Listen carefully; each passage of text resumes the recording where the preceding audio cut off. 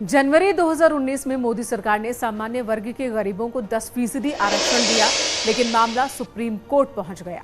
Supreme court की संवैधानिक पीठ ने 3-2 से सरकार के फैसले पर मुहर लगा दी है। यानी ये साफ कर दिया है कि सामान्य वर्ग के गरीबों को 10% आरक्षण मिलता रहेगा।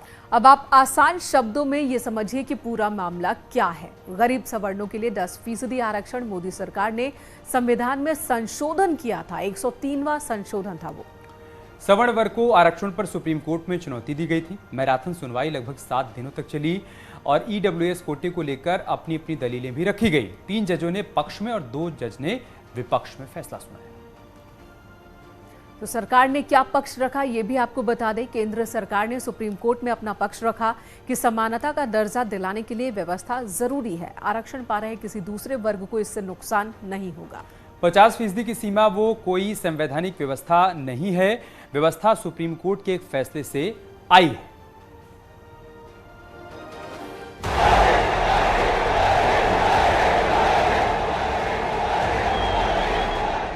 सामान्य श्रेणी के गरीब युवाओं को शिक्षा और सरकारी सेवाओं में 10% आरक्षण नए भारत के आत्मविश्वास को और बढ़ाने वाला है। गरीब सवर्णों को 10% आरक्षण पर सुप्रीम कोर्ट ने मुहर लगा दी है। इस फैसले का फायदा सामान्य वर्ग के लोगों को शिक्षा और सरकारी नौकरी में मिलेगा। 5 न्यायाधीशों में से 3 ने ईडब्ल्यूएस यानी इकोनॉमिकली वीकर सेक्शंस रिजर्वेशन पर सरकार के फैसले को संवैधानिक ढांचे का उल्लंघन नहीं माना। यानी अब ये आरक्षण जारी रहेगा। माननीय सर्वोच्च न्यायालय ने इस पर मुहर लगा दी है और माननीय प्रधानमंत्री आदरणीय नरेंद्र मोदी जी के द्वारा लाया गया जो भारतीय संविधान का संशोधन बिल था 10% अगड़े समाज के लोगों को आरक्षण देने का यानी भागीदारी देने का, उसको बरकरार रखने का काम किया। इसका हम स्वागत करते हैं और मैं समझता हूं कि माननीय प्रधानमंत्री आदरणीय नरेंद्र मोदी जी 100-200 साल एडवांस सभी समाज के लिए और भारत देश के निर्माण के लिए, आत्मनिर्भर भारत बनाने के लिए सोचते हैं।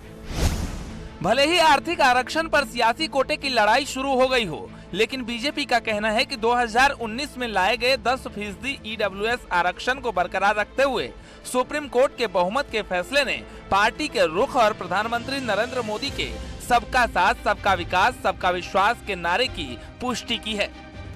बीजेपी का कहना है देश में एक निहित स्वार्थी समूह है जिसकी रोजी रोटी सामाजिक विभाजन करके चलती है। वही ऐसे गैर जरूरी मुद्दों को उठा रहा है। जब 10% ईडब्ल्यूएस आरक्षण आया तो सभी जातियों और समुदायों के लोगों ने इसका स्वागत किया। एससी या एसटी समुदायों को ये महसूस नहीं हुआ कि उनके अधिकार छीने जा रहे हैं। आरक्षण पर क्या है बीजेपी का बयान? आरक्षण पर बीजेपी का कहना है कि ईडब्ल्यूएस का फैसला बिल्कुल सही है। कुछ वर्ग के लोगों को लाभ मिला, दूसरे वर्गों का लाभ छीना नहीं गया।